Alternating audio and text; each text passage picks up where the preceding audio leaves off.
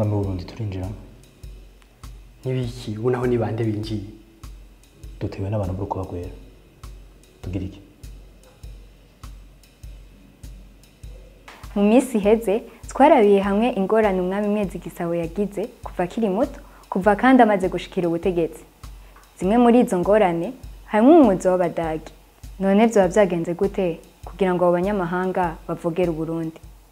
Abadagi bashitse mu Burundi mu 1896 ariko novuga ko imbere yo gushika bari bateguriwe inzira niko novyitwa n'abandi banyamahanga baciye mu Burundi barabona neza uko Burundi bumeze.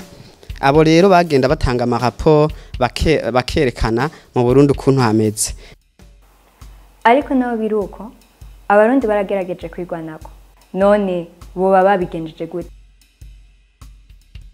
Ukuntu Abadagi bashije gushika mu Burundi ndetse n'igituma byaciye mu ngwano nuko Abadagi nkuko hariho mugenzanje yavuze baje inyuma imbere hari harabanje kuza urya wundi rumariza ndetse azanye n'abandi bagwanyi biwe kandi Abarundi ntibemererana ntajyo nkuko ubu nawe bivuze ko hari umuntu aza kubavogera uwo rumariza baramugwanije n'abasirikare biwe kandi batakubarabanisha barasubira inyuma mu gihe bari baje kurondera abashakara bajana muri Amerika nkuko babikoze mu bindi bihugu byo muri Afrika.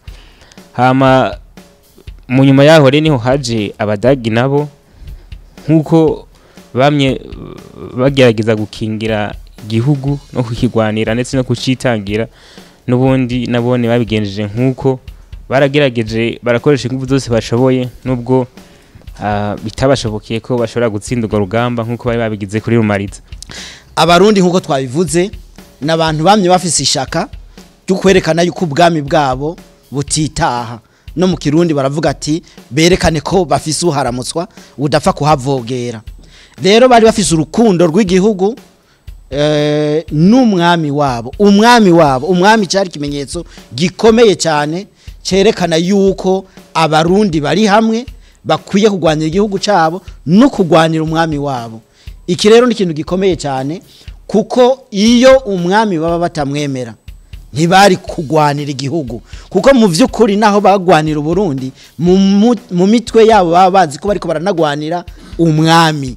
Kugwanira umwami uri kuragwanira igihugu vyose vyari bifatanye.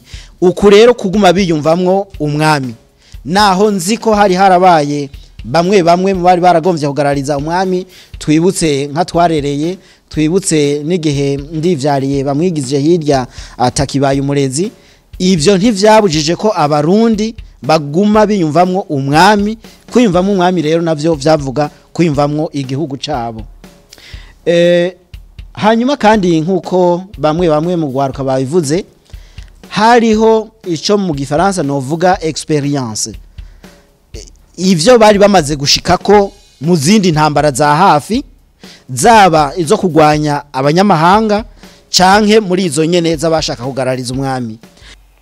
Naho Abarundi bagerageje kwihagararako harageze igihe baraneshwa Abadagi barinjira mu gihugu. None uko kuneshwa kwavuye kuki?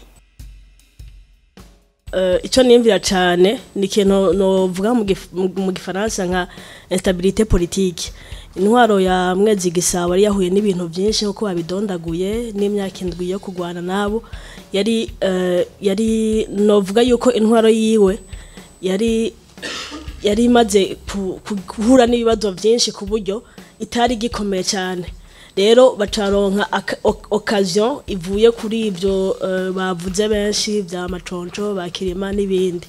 Hama ntimwibagire yuko abakoloni mukuza baza bafise ikintu citwa diviser pour régner.